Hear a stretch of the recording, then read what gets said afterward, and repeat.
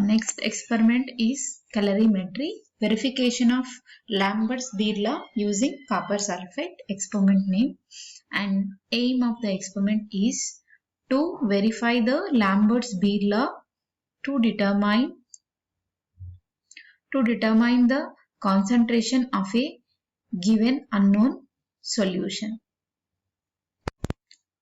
To verify the Lambert's-Beer law and to determine the concentration of given unknown copper sulfate solution.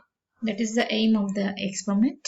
We are verifying the Beer-Lambert's law and determining the copper sulfate unknown concentration. Okay, principle involved for this experiment is, according to Beer-Lambert's law, when monochromatic light is passed through an absorbing solution, the rate of decrease of intensity of light with the distance traveled is directly proportional to the initial intensity and the concentration of the substance. Okay, that is absorbing light.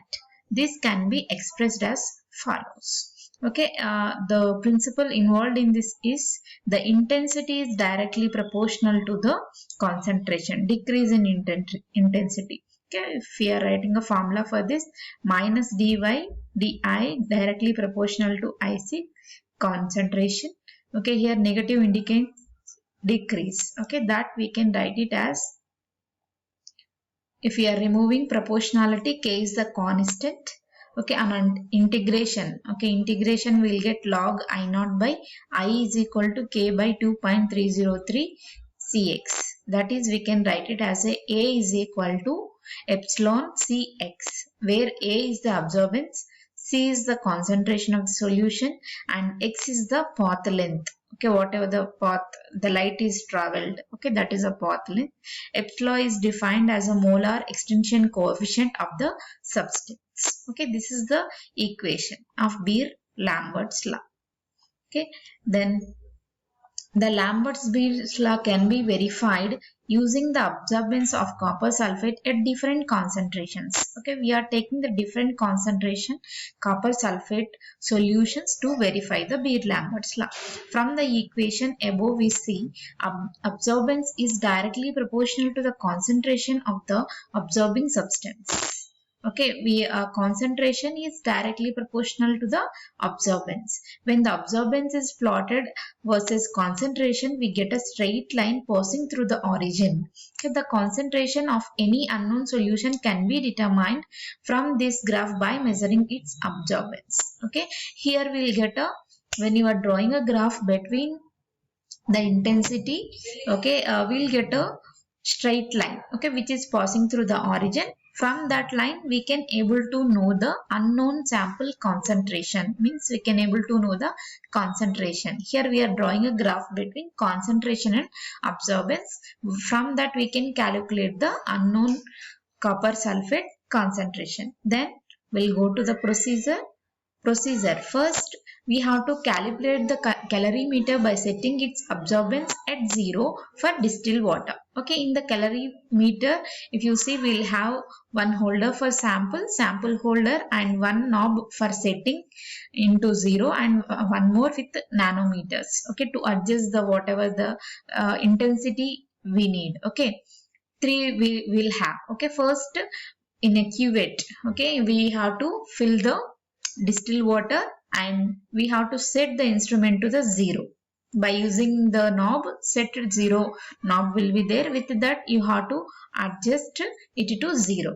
Then check the absorbance of a given dichromate solution at different wavelength after setting it to 0 for the water every time. Okay, the wavelength that gives maximum optical density but less than 1 is chosen for the experiment. Okay, then after that, whatever the experiment we are doing, okay, if you are doing copper sulfate experiment, or we can do the calorimetry of potassium permanganate also. Okay, first you have to fill that in cuvette, and you have to check the absorbance at different nanometers. Like in that, we have 480, 510, okay, 570, 600, 610, whatever the wavelengths which are available on that instrument. We have to check the absorbance at every wavelength. Okay, then after noting down, we have to select in that which is giving more absorbance, okay, to do the experiment.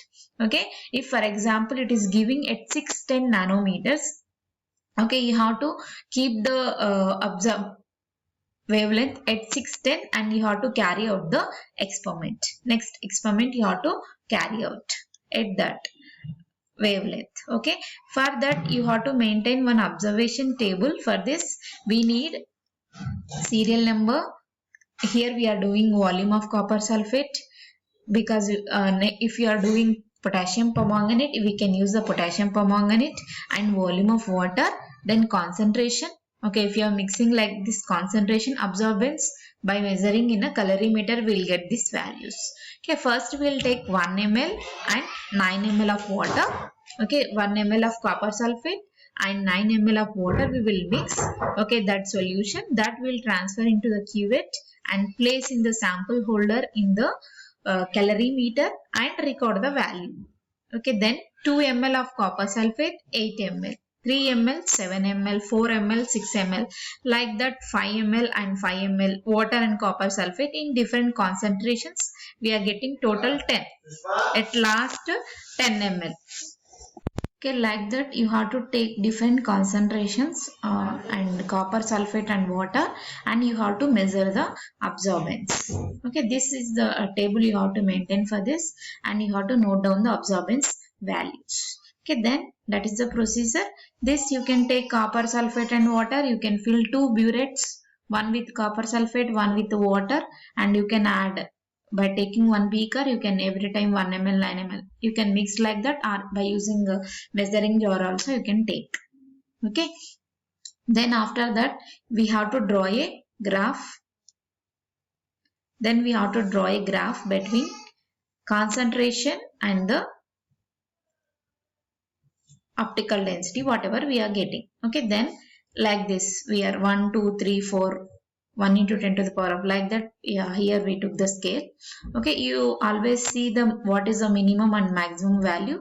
We can take like 0.5 into 1, then 1.52, then we'll get a 10 scale here. Till the last we'll get the scale.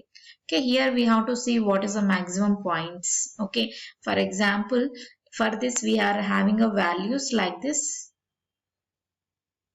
Okay, 1 to 10 ml.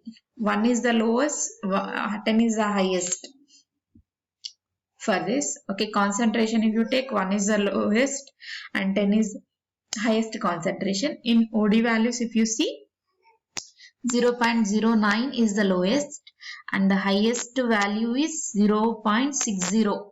Okay, 0.60 and 0.09. Okay, we can take like 0.05, 0.1, 0.15, then 0.2, 0.25, like that we can take.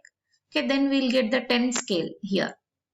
10 numbers till 0.6 only, no, we can get 10, and this also 1 to 10 we can write. Okay, like that also we can take. Scaling, for scaling always you have to note down which is lower value, which is upper value. Based on that you have to elaborate the scale. Okay, here we are writing, and you have to write x and y axis on the scale. Okay, then we are we are keeping all the points, means 1 concentration, what is the value, 2, what is the value, 3, what is the value. Then you have to draw a straight line in through that maximum points are going. Okay, then after drawing that, we'll do unknown sample. Okay, unknown sample, for example, if you are getting the value, OD value we will get, we don't know the concentration. Then for example, it is 0.30. You got 0.30 for unknown. Okay, then for this 30.0, okay, the line here it is going down. Okay, then this, what is the concentration, it is there here. This is the unknown concentration, means like here 5 is there. 5 is the unknown concentration. Okay, like that, whatever. Here for this experiment, according to this table, 0.38 is unknown. Then this line is touching at x-axis at 6.2. Then you have to write 6.2 into 10 to the power of minus 4 is the concentration of unknown. Okay, this is how to draw the graph for calorimeter. Okay, and the experiment same for KMNO4 also, same experiment. Okay, Beer-Lambert's law. Okay, we are verifying the Beer-Lambert's law and finding out the unknown concentration of copper sulfate by using the calorimeter. Okay,